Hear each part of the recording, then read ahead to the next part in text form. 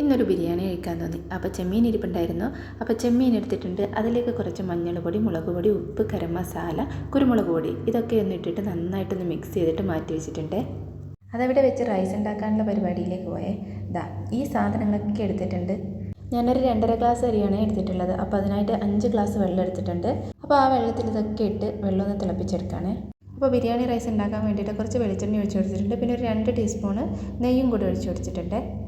എന്നിട്ട് കഴുകി വൃത്തിയാക്കി വെച്ച നമ്മുടെ അരിയില്ലേ അതും കൂടി ഇതിലേക്ക് ഇട്ടിട്ട് നന്നായിട്ടൊന്ന് ഈ നെയ്യൊക്കെ ആയിട്ടൊന്ന് മിക്സ് ചെയ്തെടുത്തതിന് ശേഷം നേരത്തെ തിളപ്പിച്ച് വെച്ച നമ്മുടെ വെള്ളമില്ലേ അതും കൂടി ഇതിലേക്ക് ഒഴിച്ച് ഒന്ന് നന്നായിട്ടൊന്ന് ഇളക്കി കൊടുക്കുകയാണ്. നേരത്തെ വെള്ളം തിളപ്പിക്കുന്ന സമയത്ത് അതിൽ ഉപ്പും കൂടി ഇട്ടിട്ടുണ്ടായിരുന്നേ. ഇനി ഇതിലേക്ക് കുറച്ച് നാരങ്ങാ നീരും കൂടി ഒഴിച്ച് കൊടുക്കുകയാണ്. എന്നിട്ട് അടച്ച് വെച്ചിട്ട് വേവിച്ചെടുക്കുകയാണ്.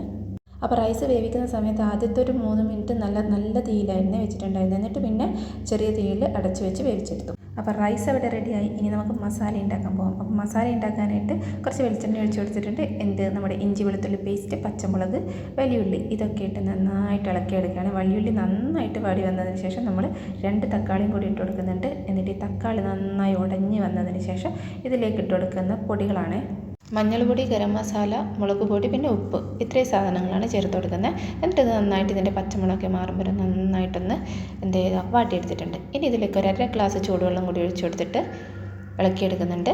എന്നിട്ട് നേരത്തെ മാറ്റി വെച്ച നമ്മുടെ ചെമ്മീനില്ലേ അതും കൂടി ഇട്ട് കൊടുത്തിട്ട് ആവശ്യത്തിനുള്ള ഉപ്പും പിന്നെ കുറച്ച് നാരങ്ങാ നീരും കൂടി ഒഴിച്ചു കൊടുത്ത് അടച്ച് വെച്ചിട്ട് നന്നായിട്ട് ചെമ്മീനൊക്കെ നന്നായിട്ടൊന്ന് വേവിച്ചെടുക്കുകയാണ്. പിന്നെ കുറച്ച് പുതിനയിലയും മല്ലിയിലയും കൂടി ഇട്ട് കൊടുക്കുന്നുണ്ട്. ഇനി നമുക്ക് നമ്മുടെ ബിരിയാണി ഇവിടെ സെറ്റാക്കി എടുക്കാം. അപ്പോൾ ഒരു പാത്രം എടുത്തിട്ട് അതിൻ്റെ ആദ്യത്തെ ലെയറായിട്ട് നമ്മൾ മസാല ഇട്ട് കൊടുക്കുന്നുണ്ട്. എന്നിട്ട് അതിൻ്റെ മുകളിലേക്ക് കുറച്ച് റൈസ് കൂടി ഇട്ട് കൊടുക്കുകയാണ്.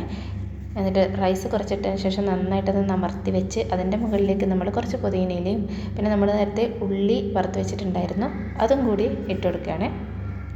എന്നിട്ട് ഇതിൻ്റെ മുകളിലേക്ക് കുറച്ച് റൈസും പിന്നെ മസാലയും പിന്നെ അതിൻ്റെ മുകളിലേക്ക് നമ്മുടെ ഉള്ളി വറുത്തതും മല്ലിയിലയും പുതിനയിലയും കൂടി ഇട്ട് സെറ്റാക്കി വെച്ചാൽ നമ്മുടെ ബിരിയാണി ഇവിടെ റെഡിയായി. ഇതുപോലെ ഒന്ന് സെറ്റാക്കി എടുത്തതിന് ശേഷം ഒരു 2 മിനിറ്റ് ഒന്നുകൂടെ ഒന്ന് അടുപ്പിൽ വെക്കുന്നുണ്ട്, ഒരു ചെറിയ തീയിൽ കുറച്ച് നേരം. അപ്പോൾ ഇത്രയേ ഉള്ളൂ. അപ്പോൾ എല്ലാവരും ഒന്ന് ട്രൈ ചെയ്ത് നോക്കുക. ബൈ.